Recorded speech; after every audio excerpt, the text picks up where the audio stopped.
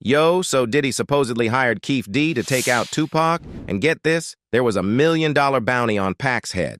This ain't just some wild rumor. This could totally flip everything we thought we knew about that East Coast-West Coast beef. So what really went down behind the scenes in hip-hop's craziest feud, and what's this gonna mean for Diddy from here on out? Things are getting crazy for Diddy right now. Word on the street is that federal agents investigating his current charges are teaming up with prosecutors from the Tupac case. They're digging deep, trying to connect Diddy to Keefe D and figure out if he had a reason to be involved in Pac's death. And if that wasn't enough, Pac's family just brought in lawyers and private investigators to find out what's really going on with Diddy. There's a lot of action happening, and we can expect some major news to drop soon. Keefe D, the gang boss from LA who straight up admitted he was involved, is the only one facing charges for Tupac's murder back in '96. But that could change quick, because Diddy's name has come up 77 times in court documents as the prosecutors are fighting to keep Keefe locked up. Word is, the feds who took Diddy down are now sharing info with the LA prosecutors to see if Diddy had anything to do with Tupac's murder. An insider even spilled that the feds are collecting dirt from the Vegas prosecutors, trying to link Diddy to organized crime and anyone who might have wanted Pac gone. At first, the DA wasn't saying Diddy was part of this. They were focused on nailing Keefe as the mastermind. But now, things are shifting, and the feds are trying to piece together Diddy's role in all this. They're looking into Diddy's recent moves, knowing that Vegas has been gathering info on the Tupac case and talking to a bunch of witnesses over the years. This is the most thorough investigation into Pac's death so far, and with this collaboration, the feds are getting their hands on some serious documents. They know exactly who the Vegas investigators have been talking to, and they might already have leads on Diddy. Phil Carson, the retired head of the LA field office, told sources that Keefe might snitch on Diddy to save himself. He said the old mafia code of silence is long gone. Now, once someone's caught, they'll throw anyone under the bus for a deal. Now that Keefe's locked up, things are changing fast. Dude might start spilling everything he knows just to protect himself. Given his history and who he's connected to, he's got a lot to say about how things really went down back in the day. It's still unclear if that's why the feds raided Diddy's crib, but whatever led to those search warrants had to be serious. And don't forget, Greg Kading, the former LAPD detective who looked into Tupac's case in 2008 to 2009, said Keefe gave his nephew the gun used to kill Pac. The whole thing was a planned hit. If you've seen Kading's documentary, you know he talked about how Diddy allegedly put $1 million hit on both Tupac and Suge Knight when things were heated with Biggie, and he hired Keefe to make it happen. Things took a crazy turn when Keefe D and his crew pulled up on the wrong side of Tupac's car, leaving it to Keefe's nephew to pull the trigger. In a doc, Keefe even claimed that Faith Evans, Biggie's wife, knew about Diddy's plan to take out Tupac.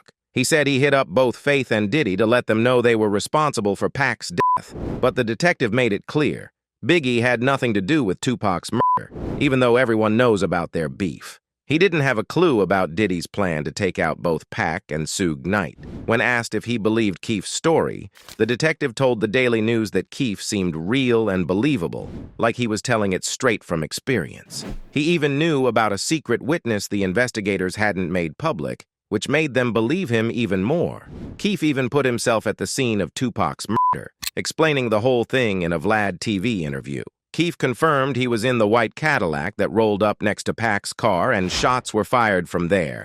He said it before, it's in his book Compton Street Legends. In that Vlad TV interview, he said the hit was $1 million job paid by a big-name hip-hop artist to gang member Eric Von Zip, but he didn't say who. Still, Keefe has dropped hints before that it was Diddy. With this all being brought up in court, Tupac's family is now pushing for justice.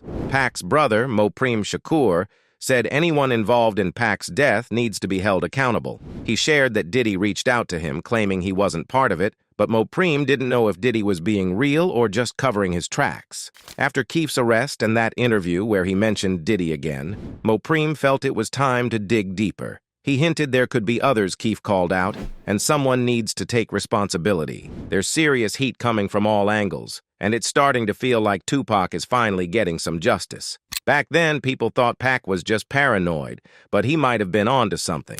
Tupac's family has hired a legal squad to make sure that if there's any evidence tying Diddy to the case, it'll come to light. Sources say the family brought in lawyers Alex S.P.O. and Christopher Claw, along with some investigators, to check out Keefe's claims that Diddy paid him for the hit in the 90s. The family's thinking there could be some truth to it, and their legal team is determined to find any evidence that backs it up. They're following all leads, and if they find anything linking Diddy to this, it's going straight to the authorities.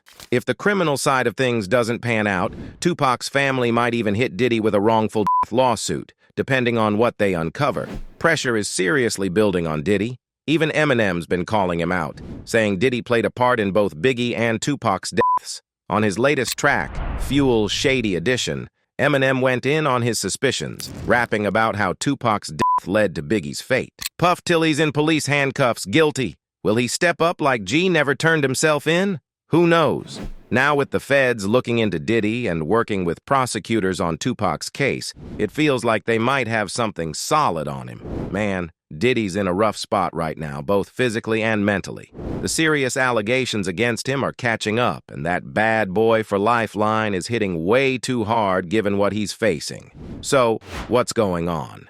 Diddy's been hit with some major charges, including racketeering, which is all about running shady criminal activities behind legit businesses, and sex trafficking through lies, force, or manipulation. This involves the illegal movement of people for sexual exploitation. The indictment against him is no joke, and to make it worse, they denied his request for bail, even after he offered a wild $50 million to get out. That's a desperate move right there, and it shows how bad things are for him. He even promised to wear an ankle monitor and have personal security to prove he wasn't going to run, but the authorities aren't buying it. They think letting him out could put witnesses at risk, especially since Diddy's got a history of being manipulative and threatening. This pattern's been there for a while. Even in a 1999 interview, Diddy straight up admitted he might face legal troubles down the road because of the way he was living.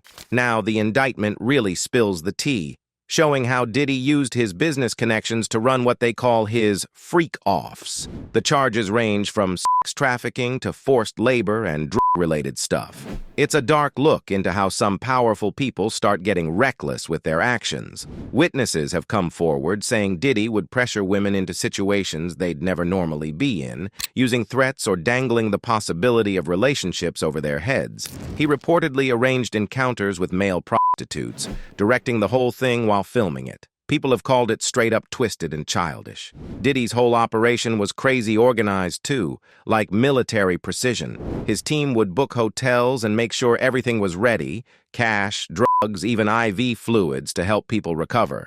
But the wildest detail? Authorities found a stash of 1,000 bottles of baby oil at his place, which has people seriously questioning what went down at these events. The victims of Diddy's alleged crimes describe a super controlling and scary environment. He would physically abuse them, threaten their careers, and use footage of them to keep them in line.